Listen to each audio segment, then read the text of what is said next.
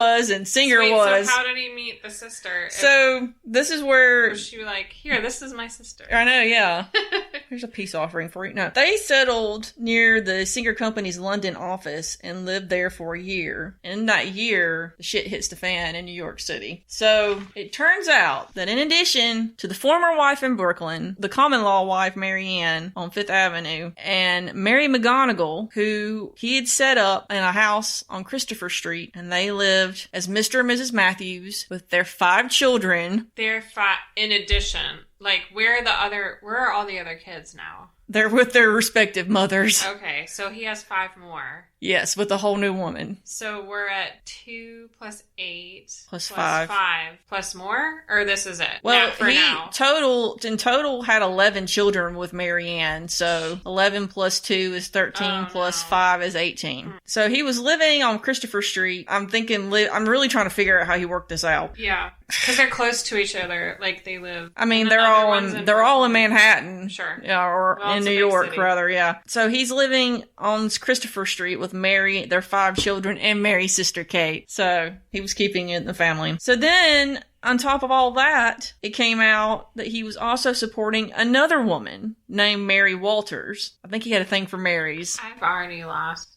Yeah, we have Mary Ann, Mary, and Mary. Yeah. I guess it made it easy. You know, you never have to worry about saying the wrong name. Right. Mm-hmm. He'd set her and their daughter up in a house on West 27th Street. So, yes, by 1860, he's supporting 4 families and 18, 19 children who are kind of like confused. To afford it because of all this money. Right. Exactly. I feel like we need a Singer family map of Manhattan. With family, like Brooklyn in the room, right? In different colors, like the families are a color, and then the offices are colors, and look for that, folks. I might draw us a little map. New York. Yeah, a Singer map of New York coming to Instagram. He does come back eventually, and that's when Mary Ann Common Law. That's what I'm gonna start calling them by their Common Law. Sure. Mary Ann Common Law decided that enough was enough, and so she sued Singer for divorce. Okay. And I'm not even sure the logistics of this. Because she wasn't married. No, they're not legally married, but she's still suing him for divorce. And initially, he said, okay, if you'll go away, I'll pay $8,000 a year in alimony. Which, actually, her lawyer said, take the money and run. But she was out for blood and said no. She wanted more. Yeah, and so she refused it. And I guess as a good gesture of goodwill, he bought her a house and was paying her $50 a week in alimony, but she was still driving it hard. But then she had to go and ruin it by marrying a guy secretly. And so Why couldn't she just wait? I know, right? And this was like around 1863. Well, the following year, she was living in the house that Singer bought her along with one of their daughters who was now old enough to be married to a Singer Company employee. And she said she suffered a fall and thought she was dying. And so she confessed to the daughter that she had married this other guy. And of course, the daughter felt honor bound to go tell her husband. Singer turns around and files a suit of bigamy against Mary Ann. When he himself is clearly... Yeah. But he was like, I guess he figured, if you're going to pretend to be my wife and sue me for divorce, then I can pretend you're my wife and you married somebody else and I can sue you for bigamy. Okay. So, they eventually, or rather Mary Ann eventually abandoned the suit. So she lost out big time on there. She got a house out of it, basically. So by this time, Singer's name was pretty much just dragged through the mud, and his partner, Edward Clark, was over it. And so the two dissolved their partnership in the company and then formed the Singer Manufacturing Corporation. And they both had large stakes in the new company, but were no longer involved in the day-to-day operations. So basically, Singer retired and Clark went on to do other things. So is Clark the president? No, I mean, he was just done, but they were basically on the board of directors, and so they elect presidents, vice presidents, that sort of thing. And so I think that is where you come in. So the Little Singer building is at 561 Broadway, and it actually is L-shaped. There was a theater already on site that was torn down to accommodate this new building. So there's a facade on Broadway and then also one on Prince Street. It's Art Nouveau in style, and it's the predecessor to the Beaux-Arts style Singer headquarters, the extreme high-rise that actually held the world record as the tallest building when it was completed in 1908. And the architect, whose name is Ernest Flagg, designed both of them, which I found very interesting. The Little Singer building was 12 stories, and it's definitely more approachable scale-wise. It fits in the streetscape. And also, aesthetically, like, it just looks like something that you kind of gravitate towards. It's not so imposing, obviously. It's not a 47-story building.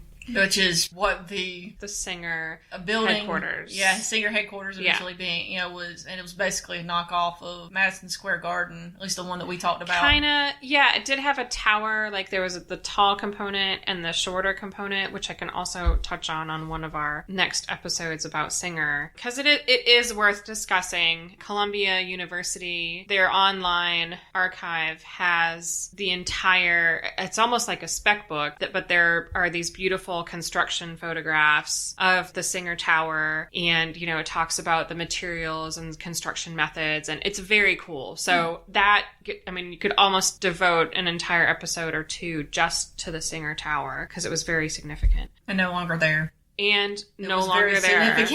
Yeah, so that's another point that I may as well talk about now. But the New York, the landmark, I don't know exactly what it was called, the Landmarks Preservation Law that was passed in 1965, sort of as a response to the demolition of Penn Station. The Landmarks Preservation Commission protects 24,000 structures in New York City. There's 85 historic districts, so you're including Brooklyn, Greenwich, like everywhere, not just the peninsula. So it was this landmarks law was very impactful, but there still, obviously, as any big city, have been losses even since it was passed in 1965. So, and those losses include Flagg's 1908 Singer building.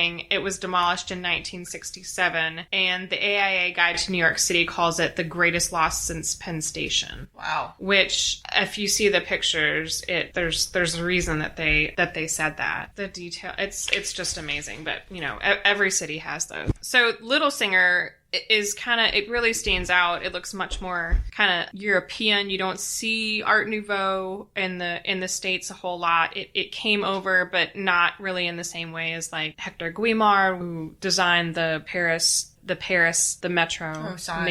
metropolitan subway stops with the green kind of very sinewy kind of ironwork and in the colors, and it was very kind of flowery. Plant-like. So I know that we've touched on, between Madison Square Garden and what was White's, the Sanford White house. Anyway, Astor Court. Yeah. I knew it was Court. Okay. So those are, this is Beaux-Arts style, but since it's not as prevalent here, a lot of people are not familiar with Art Nouveau. So there are a few things about the style to remember. I just mentioned the fluidity and playfulness of Art Nouveau. So it's the opposite of kind of what one would think of as modernism. So Art Nouveau is considered a modern movement in architecture. Right. But a lot of people think, modern, and you think it's very stark and rectilinear, and that's just not at all what Art Nouveau was about, and for good reason. It was a European romantic and anti-historical movement that began around 1890, or before that. I saw a reference to 1850. That seems early to me, but anyhow. The names the style was known as at the time are almost as fun, I think, as what it looks like. In Belgium, it was called the coup de fouet, or whiplash style,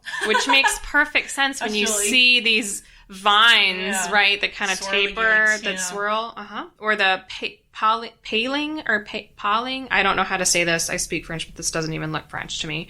Or eel style. So however you say eel in French, that's what they would call it. The French may call it the nouille or noodle style. Nuiles, excuse me. And the Spanish referred to it as modernismo, which is like interesting that it's really just saying modernism, but modernismo. Other names for it were based on the designers and architects who proliferated the style. So, Hector Guimard I mentioned, and there were a couple other ones. Who was the Belgian one? What? Oh, shoot. I can tell you. Oh, Otto Wagner they consider. Guimar's Castle Béranger, Metro Stations. Victor Horta. That's it. Yeah. He was really well known. He built in Brussels. I think there's a fair amount of extant Art Nouveau stuff both in Paris and Brussels. Yeah, Brussels, yeah. Okay, so breaking away from classicism and opposing the rise in mass-produced goods, Art Nouveau artists and architects embrace the curve everywhere, in windows and doors, balcony, and on the interior in lighting, finishes, and railings. This era of complete design was known as Gesamtkunstwerk, or the total work of art, indicating that ideally every surface should be considered when designing, which sounds like a very Wrightian principle, because he wanted to design everything, the container as well as the contained. Correct. Which, by that, I mean both people and furniture. So this was kind of, without being as pretentious, it's sort of the same idea. Art Nouveau may not have been quite as popular in this country, but there are still few notable examples specifically in New York City, including the Little Singer building. This was the height of the Gilded Age, when an emphasis on decoration and really on an excessive display of wealth was at the heart of the architecture scene. And we've talked about a lot of people who love to excessively display their wealth, like the Vanderbilts and the Vanderbilts. And the Astors. And the Astors.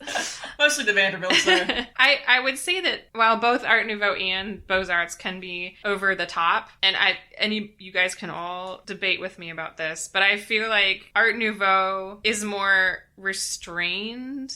I don't know. Like, there's just an elegance to Art Nouveau that I see Beaux-Arts and I'm like, oh my gosh, get over yourself. And when I see Art Nouveau, I just gravitate towards it. And it's also, like, you can design an everyday object in an Art Nouveau style, but, like, I don't want to see a Beaux-Arts chair because it probably looks like a throne. Like, an Art Nouveau chair is beautiful. And to be completely honest, I would have to say that Art Nouveau is probably my favorite style. Yeah. And I do love deco. Yeah. But I love some Art Nouveau. If it has art in front of it, I'm probably going to like it. I would agree. Arts and crafts. Arts and crafts, yeah, right. Yeah. So, as I mentioned, Art Nouveau was very much about the curve. And while that may be an oversimplification, it's always the best way to visualize what buildings designed in that style look like. Popular works in Europe reflect a deliberate attempt to put an end to imitations of past styles. Art Nouveau, so whereas, right, Beaux-Arts builds on classicism, they're taking Ionic, they're taking Corinthian, they're just like sort of doing a mashup. And Art Nouveau is like, no, hold off on that. Like, we're going to do our own thing. Is Gaudi? Yes, thank you. Gaudi is look him up. Art Nouveau.